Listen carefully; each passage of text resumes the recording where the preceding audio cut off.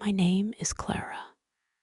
I live in a quiet countryside village where the wind moves gently through the trees and the silence at night is so soft you can hear your own heartbeat.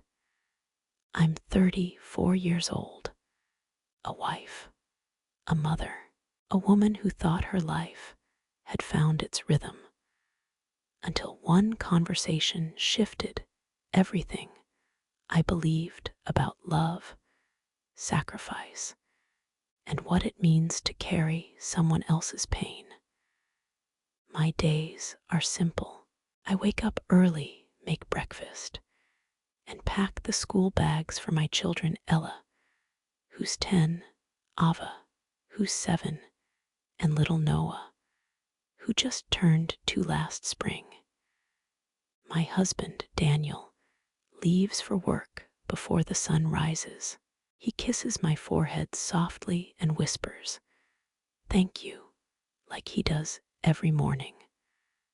I don't know why, but I always feel it in my chest. We built our house beside his father's, an old wooden farmhouse that smells of tobacco and memory.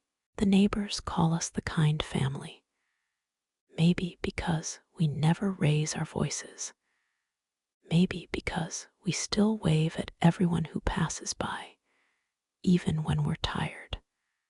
But kindness has layers, and so does loyalty. Daniel has an older brother, Nathan. He's only 2 years older, but the bond between them runs deeper than years. Their parents were often away working when they were boys, so Nathan became Daniel's shadow, protector, teacher. He taught him how to tie a tie, how to ride a bike, how to carry pain without showing it. That kind of love leaves a mark. Nathan is married to Isabel.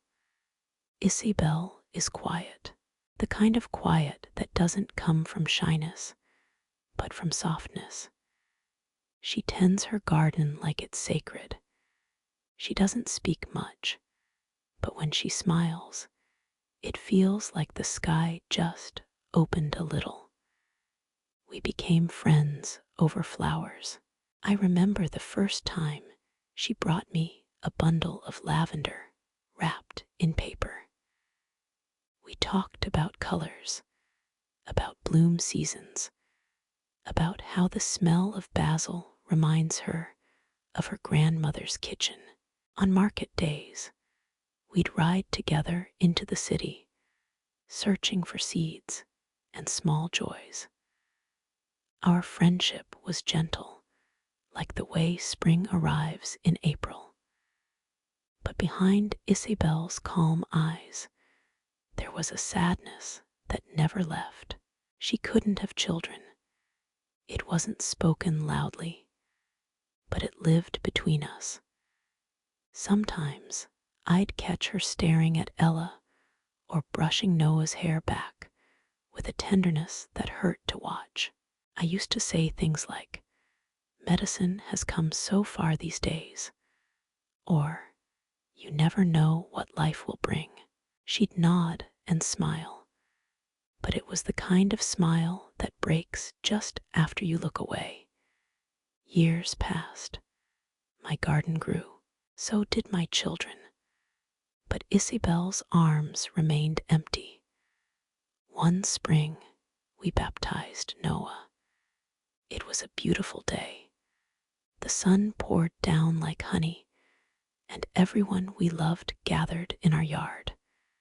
Nathan was the godfather. He brought handmade toys and wrapped them in ribbon, as if childhood could be gifted in paper. That night, after the guests had left and the dishes were stacked in the sink, I put the children to sleep, humming the same lullaby my mother once sang to me. Then Daniel came in and said, "Let me hold Noah. Nathan wants to speak with you." I smiled, thinking it was about fishing or maybe a new plant when Nathan walked in. His face wasn't relaxed, it was drawn tight, as if the words he carried had been weighing on him for too long. He sat down, looked at the floor, and said quietly, "Clara, I need to ask something from you." I tilted my head, unsure. Then he looked me in the eyes. "Would you carry a child for Isabel and me?" My breath left my body. I didn't speak. I couldn't. My ears buzzed. The room blurred. Daniel didn't say anything either. He just looked down, silent. Nathan went on, his voice breaking in places. "I love Isabel, but she can't have a baby. We tried everything.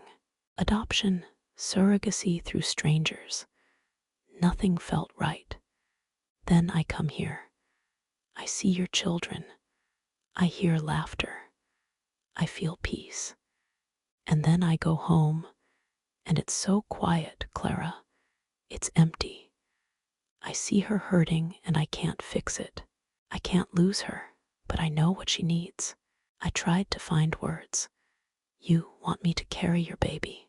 He nodded slowly. "I know it's a lot, but I would give Daniel my share of the family land.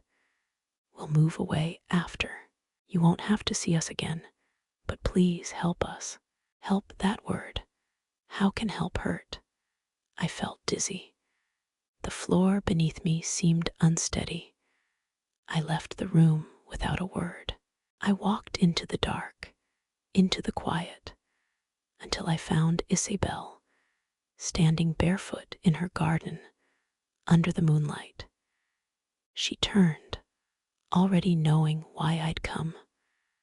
"I didn't ask him to," she said. Her voice was trembling, but I didn't stop him either. I stared at her. "Is it true? You would take the child and leave?" Tears welled in her eyes. "If I don't give him a child, Clara, I will lose him. I've already lost so much. I know it's selfish. I know, but I also know your heart. You love deeply. You understand what it means to hold life. You wouldn't let a family fall apart if you could stop it." She touched my hand. "I see how you look at your children. You were born to be a mother. Just this once, could you be that for me?" That night, I didn't sleep. I lay beside Daniel, waiting for him to say something, anything. But he just breathed, eyes closed, jaw clenched, supporting his brother in silence. And me, alone in the loudest silence of all. What do you do when someone asks you to give away a piece of your body, your soul, for their happiness? What do you do when helping someone else feels like betraying yourself? I thought about the 9 months, the morning sickness, the kicks, the small life inside me, the bond that forms without permission, and then handing that life away, letting go. Could I survive that?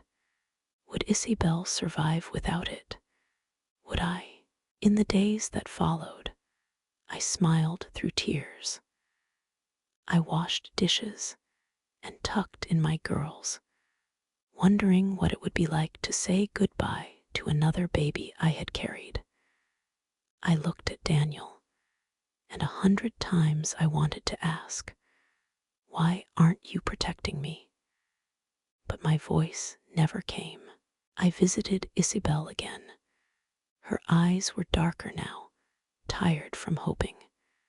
I asked her quietly, would the child ever know me? She hesitated, then said, "I don't know. Maybe it's better they don't.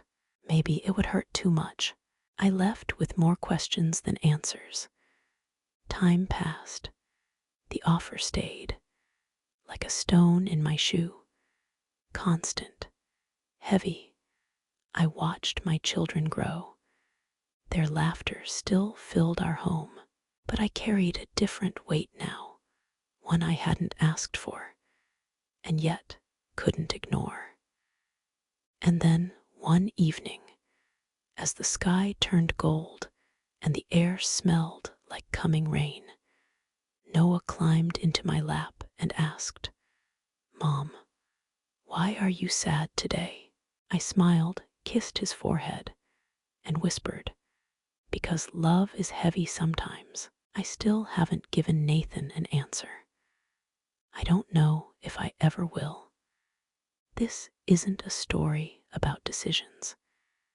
It's a story about how far love can stretch before it starts to break, about how kindness is beautiful, but also complicated, about how sometimes the right thing for someone else might not be the right thing for you. So I ask you, if you were me, what would you do? Would you give a piece of yourself to save a family that isn't yours? Or would you protect your peace, even if it means watching someone else lose theirs? Sometimes there is no easy answer, but maybe, just maybe,